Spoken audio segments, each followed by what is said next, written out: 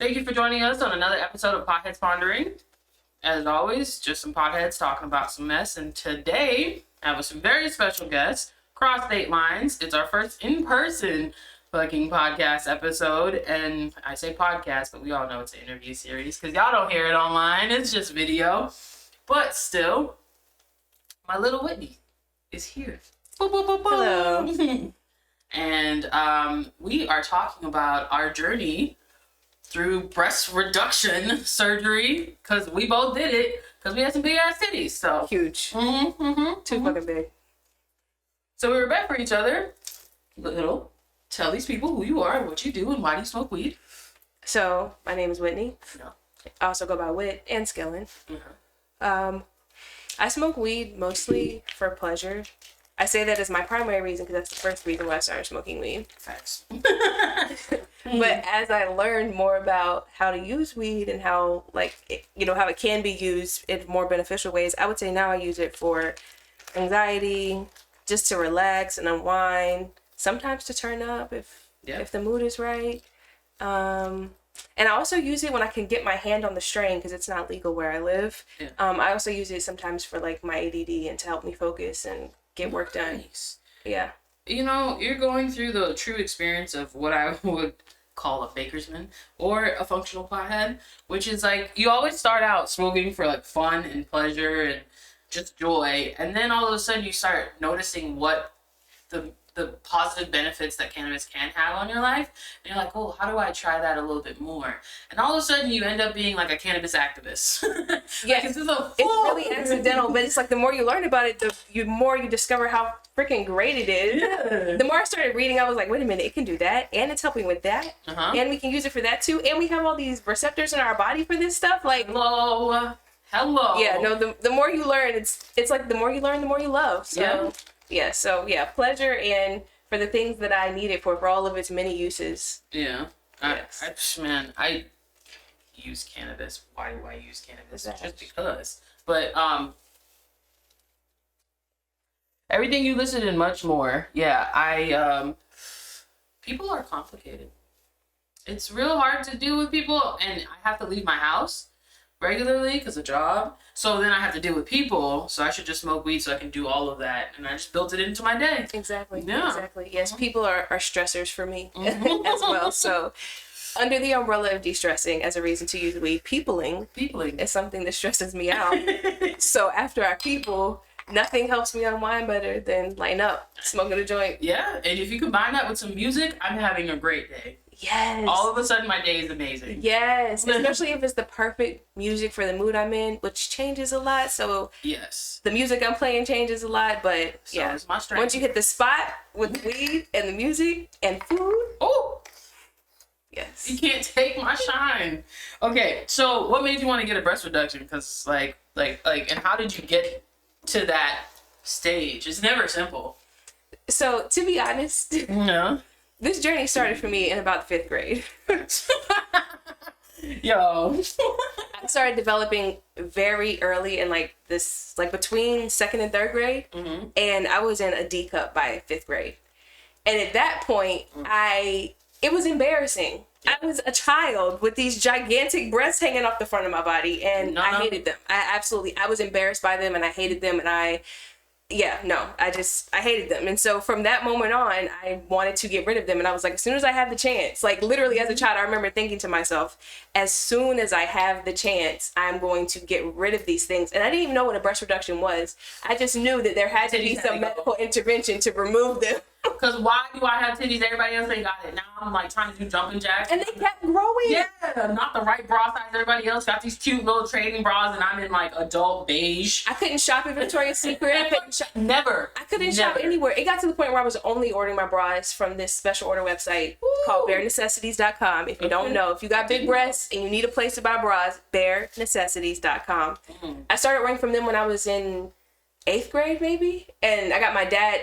I got on it. We had internet at the house, and I found out about the website, and I got on the website and found bras that would fit me because I had a small band size and a gigantic cup size. Yep. At one point, I was like a 32 band size with like a G cup. So I had to order my bras online because what store is selling that? None. Even if you go on Lane Bryant, they just like trying to put you into weird letters and shit. Yeah, no, exactly. No, I can't. So actually, I went to Lane Bryant to get size one time, and she was like, "We don't sell anything like that that'll fit you." No, and the confidence that you lose in that process. I had such like body esteem issues. Like, it took a long time actually. I feel like I didn't actually feel confident about my body with the breasts that I had before the surgery for maybe like only the last 18 months leading up to the surgery, and I think it's because I knew that they were going. Facts. Yeah. Wow. Yeah. Yo, no, for real though, because I was like staring at them and just like, I before that period of time, me and my best breasts didn't have a relationship. They were just on my body. Yes, taking up space and getting in the fucking way. If I want to run, I'm doing this kind of motion. Yeah. Trying to make sure like it's not overly suggestive, even though like, you know, I'm hypersexualizing my own self because of society, and it was just so many things about that. Being sexualized for my breasts has been an issue. It started way too early. I had D cups starting in 5th grade, and honestly, that's when it started. Creepy people, creepy adults being their creepy selves, and it was embarrassing. And it's, you know, to this day, I have friends, male friends, who haven't even seen my breasts, who say like, "Yo, I'm still mad that you got a breast reduction." Yeah. Because I was Whitney with the titties. Wow. Like, they still mad, and I'm over here living my best life.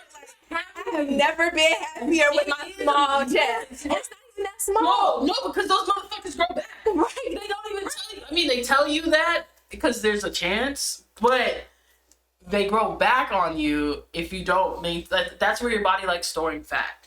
So if it likes doing there, it's going to go back to what it knows. So especially if you gain weight. Yes. And my weight has just fluctuated up and down, but still that's where my fat is being stored at. Yeah.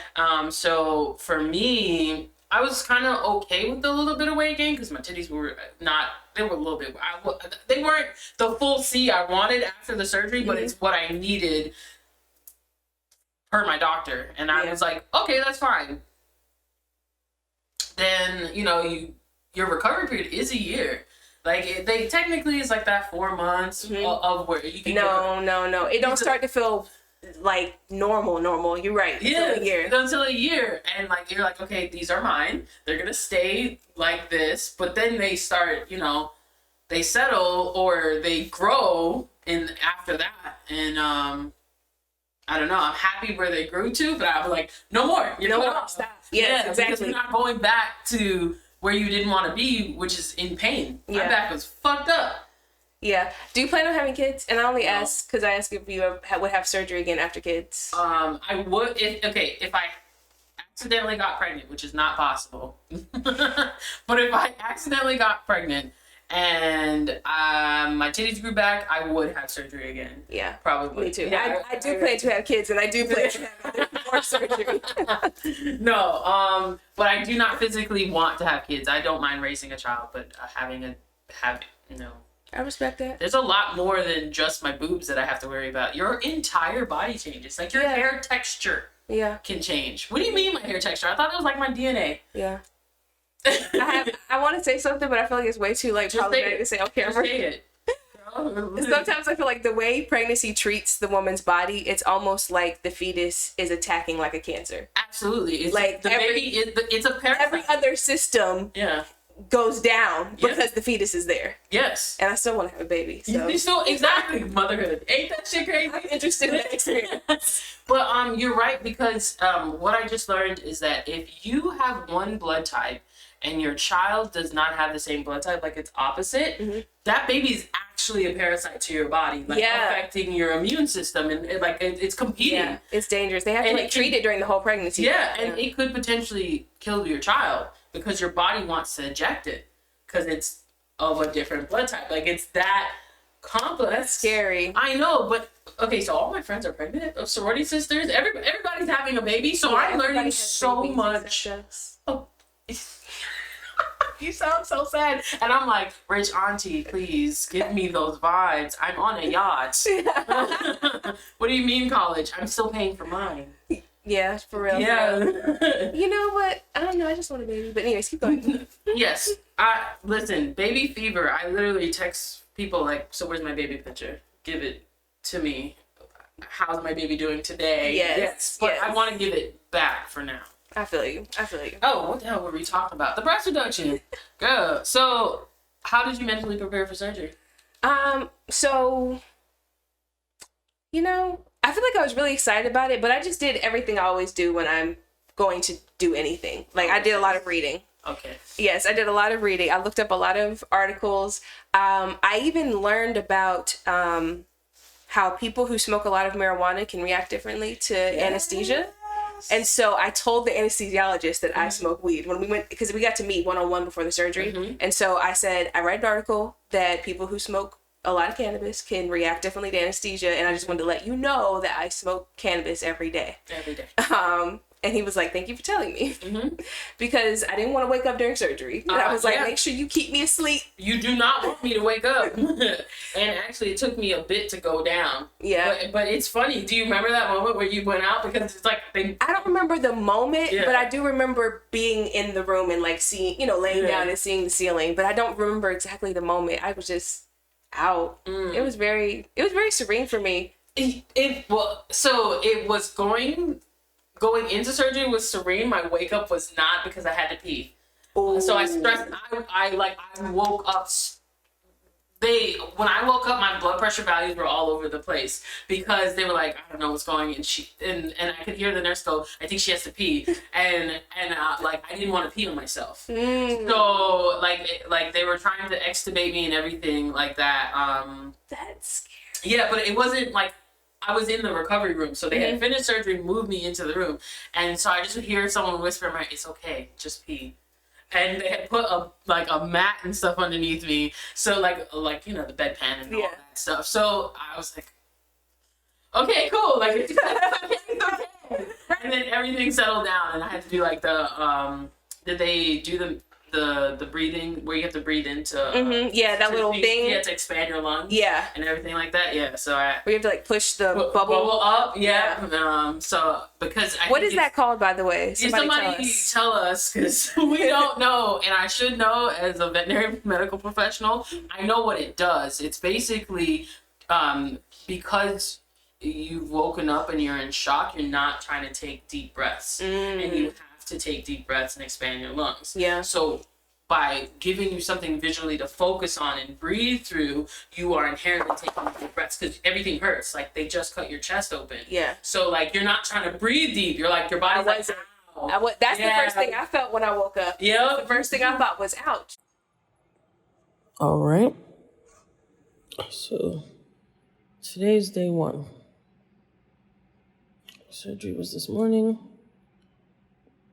Back at the house. It's been quite a bit. It's after 7 now. 7 p.m. My surgery was started at 7 a.m. I would say on the pain scale, probably a 6 or 7 out of 10. My finger's in the camera. Oh, forgot to bring my stand up. So, I've had 1 edible today. Haven't started smoking yet, as it's been pretty difficult to breathe. My chest is bandaged, obviously. So they gave me an apparatus to practice. Ouch. Breathing with. This is how I get a good inflation on my lungs. Take a deep breath and start coughing. So that would be the tracheal and irritation from the endotracheal tube they placed for my general anesthesia. So let's see how this journey goes. Ouch. They did some shit. That hurt. Because I was really excited going in, because I had wanted this for so long. So like, all the reading and stuff I'd done was out of excitement, not really out of nervousness. So I was like preparing for like my dream. Yeah. no nerves going into it. Oh, I was but nervous. I I was nervous. My cousin had to fly in. Yeah. So I didn't have family or anyone like. But I mean, My I whole did. family flew in from North Carolina. They're so cute. I love to the New family. York. It made me so happy. So I talked to my mom, and the only person who was available was my cousin. Mhm. And so I'm thankful for Yvette. And she flew, and beforehand, I was like, there were so many things, my job right beforehand. Like I was no longer became a veterinary professional 3 weeks before I had to have my breast taken off. And so there was a lot of stress in that time frame, and I had a come to Jesus moment, because I thought I've always kind of felt that I was not going to live into old age. I couldn't. When I see the future, as a child, I could never see me old. Interesting. So did a mushroom trip and just made peace with it. If this is the time, and the moment that this may happen, then. In your breast reduction surgery? Yeah, if I don't wake up from surgery, if something happens, am I okay with the life I've lived? Was the question that kept haunting me during that tumultuous time. So took mushrooms, went on a little journey, came back, and was like, yeah, I'm cool. I'm happy with the choices I've made. Yeah. And then my cousin came to town, and then I go into the surgery, and the day of, it's chill because the doctor is chill, the anesthesiologist is chill, and I remember them talking to me and walking into the room and laying down, and that's why after that it was real peaceful. I was like, yeah, the anesthesiologist asked me something about Florida. Oh, so you're from Florida, huh? Wait, where'd you? Oh, you had it here. I had a surgery here, so I went to answer his question, or I was answering it, and then I fell asleep. Wow. Yeah. Wow. Yeah. I don't remember any of those details. I just remember laying down and seeing the ceiling. Yeah. I remember talking to the anesthesiologist. I remember being in all these different rooms. They moved me around a lot. It was the waiting room, and then it was this room, this exam room, and then that exam room, and then this the surgery, lay down and get ready prep room. Yeah. Yeah, it was, but I was excited. But the first thing I felt when I woke up was pain.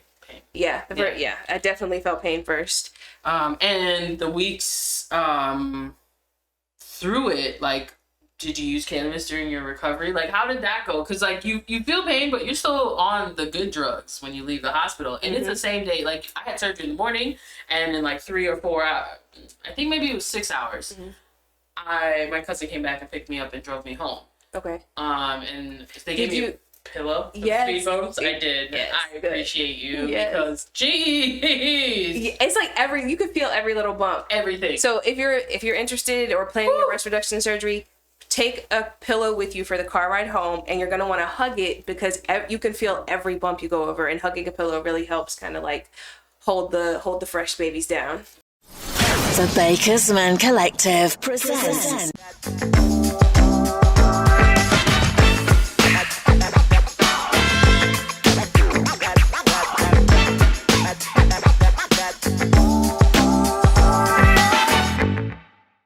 Let's take a little brief intermission, and where we are once again talking about our separate but necessary journeys into smaller tatas, because girls, I'm so happy we made it here. We have such a positive relationship, me and my titties now. We talk So positive. Yeah, We're friends now. Yeah.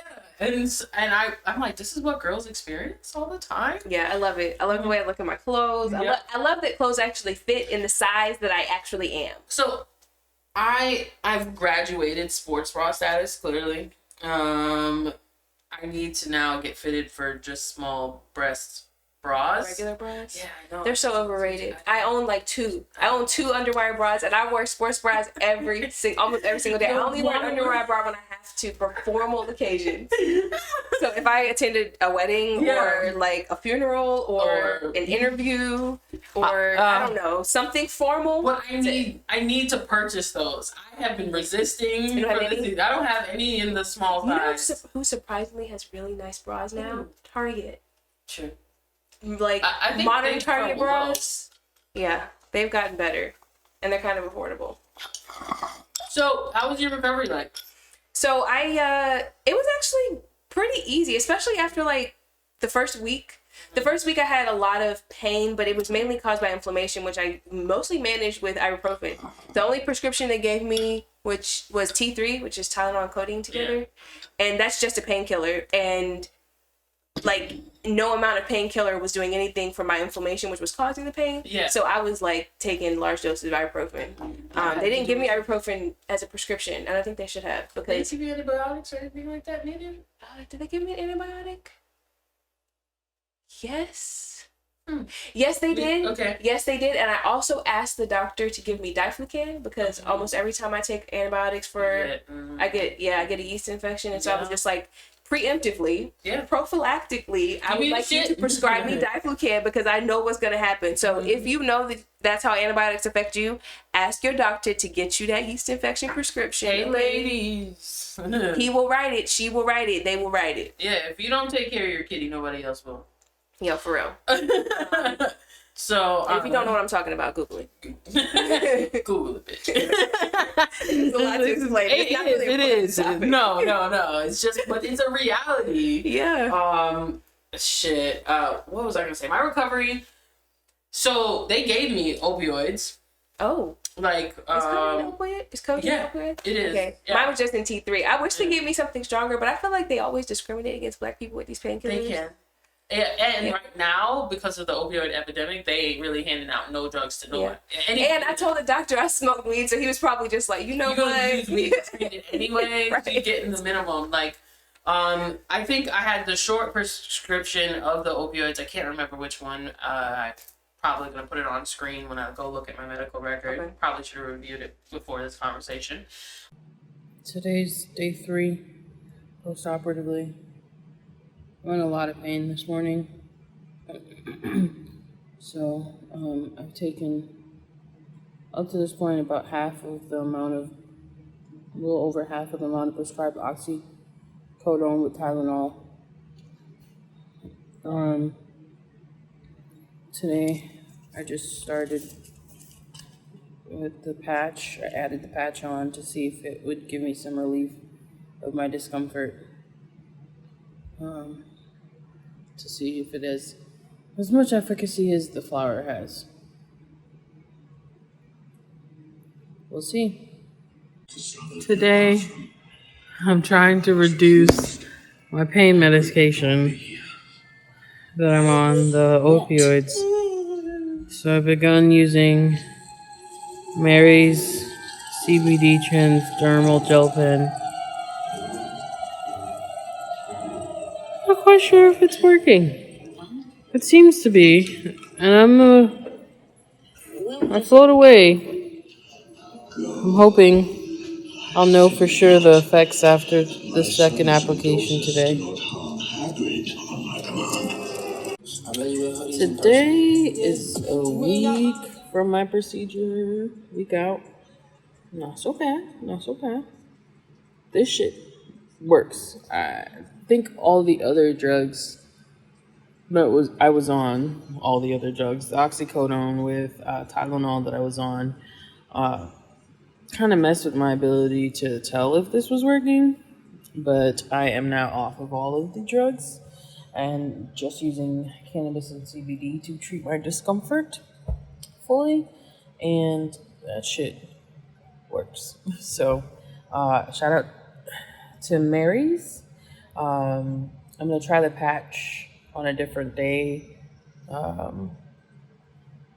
where maybe I'll have a lot more movement and just not be in my bed. Like tomorrow, I'm going to have my recheck, so try the patch and see, just without any smoking, how it feels. So,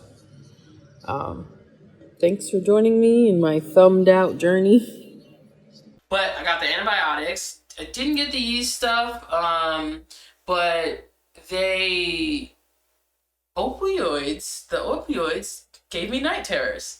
So within my, I do not do well on like real drugs. Like weed is not a drug. That is just what my body needs to be. Like return to homeostasis, be centered. That shit, I woke up at like 3 o'clock in the morning tripping, like stressed, How did you know after the first time it happened? I didn't, because I couldn't figure out what was happening to me. So surgery in the morning, super early, come home during the day, and I just took the pill, knocked out. The next day, and I hadn't picked up my stash of edibles and everything yet, I don't think. Like, I had some, but not everything I needed for my full recovery. Actually, I went shopping in the middle of it because I ate more weed. That's what it was. I ate more edibles because I had to get off those fucking opioids. So, So day one, they give me the shit that's injectable. Do they have delivery in Seattle? No, it's not. It's not legal here. Okay. Haters. So day one, get off the opioid or on the opioids from the hospital, take some orally, knock out. It's maybe not. I wake up like stressed and crabby. Start noticing like that I'm grumpy, but I don't know why, and I'm not actually hungry. And that day I decided I'm going to stick to their schedule of drugs, so I do so.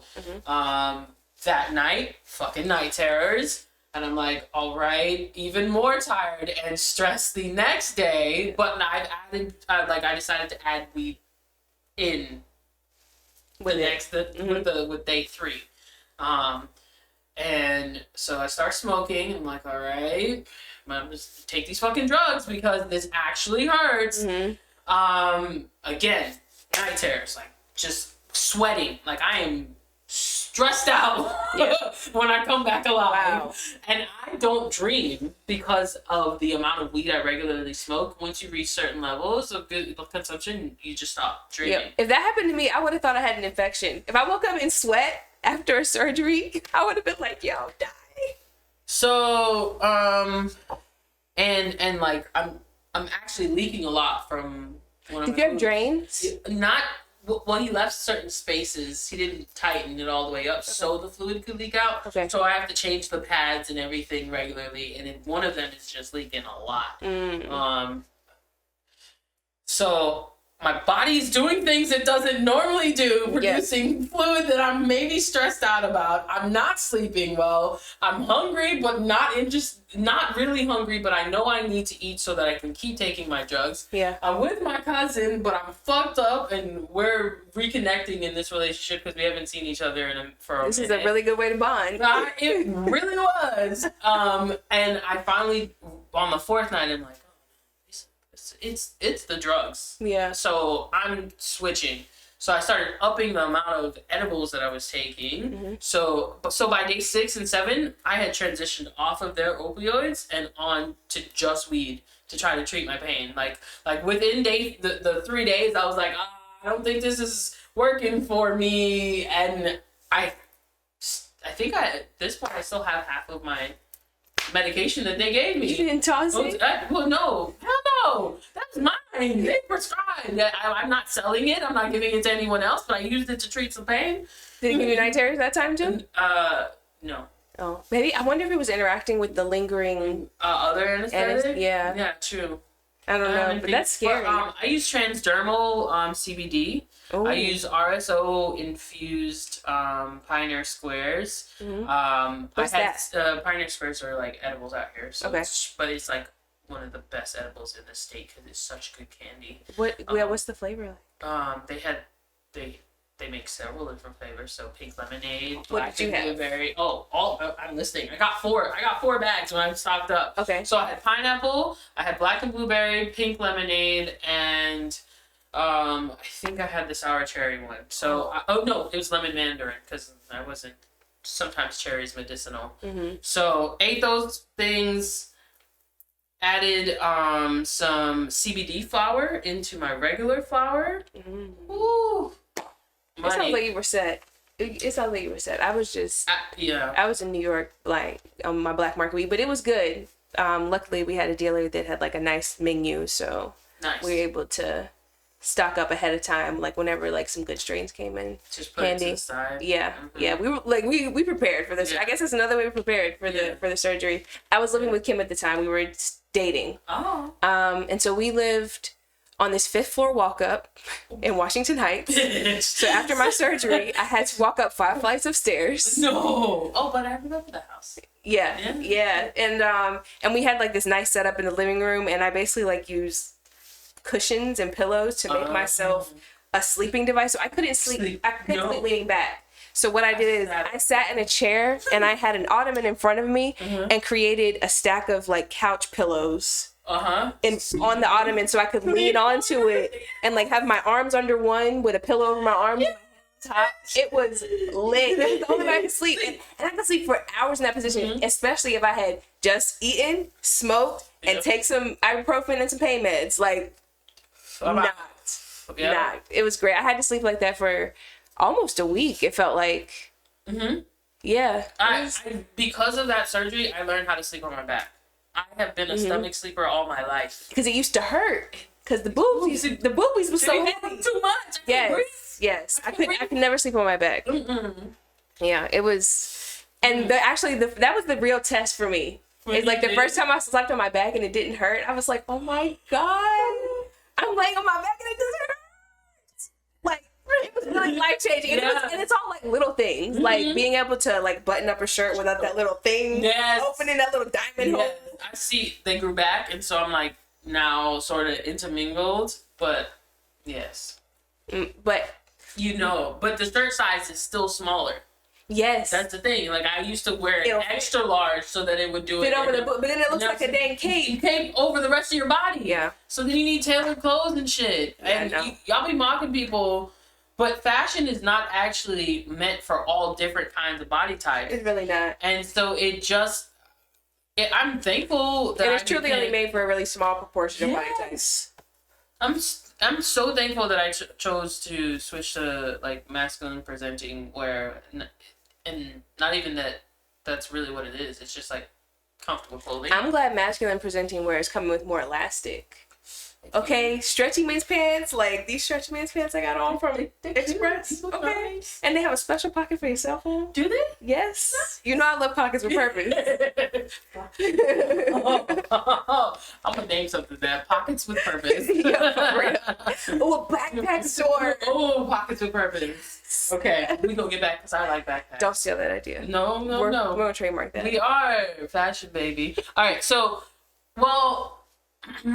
there's one thing that you can't take away from this conversation, right? When you're having surgery, is that like you gotta pay for that shit somehow, and you likely will have to deal with insurance companies. And when I tell you deal with them, you're going like the insurance company gets pictures of your boobies.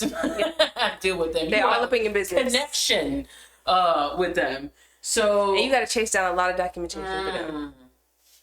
So lots. How much did it end up costing? Do you can you total? Yeah. I think mine was something in the realm of like $56,000. Yep, and that's about the average. Somewhere between $5,000 and $6,000 is the average for a breast reduction, and that's not with them doing fancy shit. No, not 5 and 6. 56. 56. Not what I paid. Oh, okay. But like the total. Okay, good. Like good, the total. Like I was like, you know, if your insurance sends you the document, they let you know how much. Yeah, they do. They said we paid this much. This is how much you pay. Yeah. The total that they said everything cost was like $56,000 and some change. The anesthesiologist alone was like $18,000. So much money. Something like that. Dude, he was the highest. The anesthesiologist made more than the surgeon. Yeah. It's a skill set as a veterinary. He kept me asleep. Okay. It's a skill set. You. You gotta work. Like, the surgeon gets to do the surgery, but like everything that the surgeon does to the body, like, you react. And so I have to adjust all of your drug levels to make sure that you maintain the same depth. Well, that's what it is. It's sleep. But that's sleep. It's controlled death. Croak. Yeah. So, it's... But yeah, I paid out of pocket, so I had really good insurance. So I knew I didn't have the kind of insurance that would cover it like my whole life, right? Yeah. I even looked into it when I was in undergrad to see if my student insurance would cover it. It wouldn't. So when I got to grad school, I went to a private school. I went to Columbia, and we had some bomb ass insurance that was required. So I was like, well, if I have to pay for this, then I'm about to take full advantage of this. Full advantage. Yeah. Still paying for them student loans. To pay for that insurance. Yeah. So I scheduled the appointment with the doctor and did all the paperwork stuff, which I'll go into in a bit. But out of pocket for me, I think I paid like less than $300 with my insurance. And that was just because I only paid copays for doctor's visits. So I paid a copay for every single visit leading up to the surgery, and a copay for the surgery day, and a copay for my 3 post-surgery visits. Just inhale slowly. Yep. No. Put that back on. Like, yeah. And you just took your dab. Yeah. You did it. I'm scared. Hold on to your britches. So you got away with just paying copays and $300? Yeah, but I had some bomb ass Yes. Okay. and it was expensive. Like I think we were paying like nearly $2,000. Was it a semester or a year? I want to say a year, but it's possible that it was past semester. Because Yeah. college. But I remember it was like a $2,000 something charge on the bill, however often it was paid. Wow. And That's amazing. yeah. Now, But it was required. That was like the minimum package. They had an upgraded package of Yeah. insurance available. Look at But we them had to have insurance. looking out for you. Yeah. I wonder if But it was worth it. uses It was worth it, honestly, uses because it. I Needed I really needed it. Like it oh gosh, yeah, no. I really honestly feel like I couldn't, it wasn't my authentic body, Yes. you The know? body dysmorphia. I just hated the way that I looked in clothes. I hated how everything that I wanted to wear didn't fit. And my personal style hasn't really changed much. No. My clothes just fit. Yeah. Like, the way I want them to fit. And you look bomb. You better look at her IG. Give it to Thank him you. if you want to give it to him. Oh, my IG is Skillen, SKILLEN dot ERUDITA, erudita. That's it. Yeah. At Skillen dot erudita. Okay. The pictures be fired. Okay. They do. Taken. Taken. They do. My wife is a great phone photographer. So, my insurance worked for the city of Seattle. They got rid of me, but when they got rid of me, it was in the same month of my surgery. So my insurance continued like just a couple weeks after my surgery date. And before I started having like from the beginning of the year, and actually last year, the year before, so I had surgery in May, December, working on towards this breast reduction like yourself, because I never had insurance before that would fucking do it. Right. I had consultations when I was in college, but USF, their insurance ain't Yeah. to cover it. So Did you have to get documentation for your insurance? he just evaluated it, and but I had the indentations, I had all of it. Oh, yeah. So it wasn't that hard. I already saw physical therapy by that time. By the time I got to this doctor, Right, but you know. did you submit all that documentation? Yeah, I had to as well, and I had been seeking care from a lot of different places. It's my insurance they didn't know who I'd seen because I hadn't received it under them because it was my student insurance. It was my first time with Aetna. Before that, I had Blue Cross Blue Shield in North Carolina under my mom when I was in high school And it's a whole and new college. state. And then I had student insurance in college, which is also Blue Cross, I think, in North Carolina. And so I had to call a bunch of doctor's offices where I sought care previous for any issue that was related to my breast and the size of my breast, and have them fax documentation to me or to Aetna. Yeah. And that was justification for making it medically necessary. That's also how it was fully covered by insurance and why my copays were so low. It was it was deemed a medically necessary surgery because I had documentation starting from when I was like 13 years old, seeing a doctor about like how large my breasts were in my back and my shoulders. Like I couldn't sleep on my back. Like when you have large breasts and you wear like the grooves you end up getting these tracks in your shoulder. Oh, I'm trying to get on camera. You end up getting these tracks that they start taking photos of, and your posture also shifts. Yeah, you shift and start leaning forward. and over time they just get like deeper and deeper. Yeah. As your breasts grow, it just from carrying them around every day. It's Just like carrying two big old melons. Yeah. So they took 10 pounds of breast tissue from me. Per 5 per boob. Oh, mine per boob I think was. I really don't remember. I made sure and asked. I was like, so how much? What'd you get? But mine was in grams. I want to say, is 57 grams a lot? I don't know why that number's coming to my head. Maybe it was 75. Sometimes, you know. Yeah. The numbers 5 and 7 are coming to my mind. So if that's a lot of grams, then that sounds similar. That sounds like a lot. The amount of Because fat. I remember when I got off, when I got on the scale the next day, I think I also lost weight because of surgery and not eating, but I weighed 11 pounds less than the day before. So that's the city. That's how much my breast was. Exactly. I mean, I had figured the weight of my breast before, so I was cool with what they took. Yeah. And when I looked down and saw only tissue, I was like, I'm cool with what's there. Yes. It grew back, and I'm like, They were so tiny at first. Yes.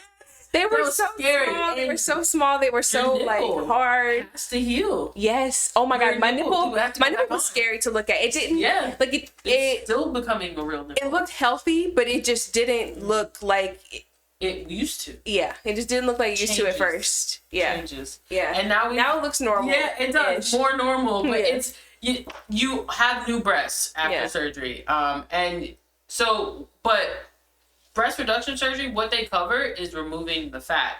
Now, to make your breasts look nice and beautiful afterwards, that's more money, more anesthesia time. So you got to pay everybody in that facility more time. To get a lift or liposuction. To take in the sides. So when you're like, well, if you got a breast reduction, why don't you have perfect titties afterwards, bitch? Do you have perfect titty money? Right, yeah. Yeah. Yeah, so, perfect. Yeah. Lifting and liposuction costs more. Yeah. So know that when you're going into it, because no one explained it to me. I thought like, okay, so I'm getting a breast reduction. You're going to give me the breast that I want. Right. And really, he was like, so we're going to just take away this much because that's how much like breast tissue we can take for surgery. For surgery. For the insurance to cover it. Yeah, exactly. That's what the insurance, because the insurance, once you send in all the information, they make a determination of what their doctors think should be done, right, on the back end. So that they tell them we will cover up to this much. And my doctor was like, well, I think we should do whatever they say they'll cover. And I was like, me too. All right. Me too. Yeah. So that entire situation played itself out nicely. That the city's insurance covered it for me, and I ended up paying about $1,000. Like that's $1,000 to the hospital and $100 copay to the doctor. Okay, was what it ended up being. I get you when I get you. You know what I'm saying? Because medically, fuck y'all. Yeah. You and the Titty, that whole situation. Fuck you. Yes, for real. Thank you for my new breast and my new life. That's how I feel, because I deserve. Now, any regrets? No, not at all. Not at all. There are things that are different. Yes. So, like, I used to, like, sleep on my old breast. Yes. Like, I don't know how to describe it, but, like, especially, like, when I laid like this or, like, on my side, or I was kind of, like, like this, but I don't have the thing I used to do anymore. Yeah, exactly. I can't. It looks awkward now. I used to, like, keep myself warm with them.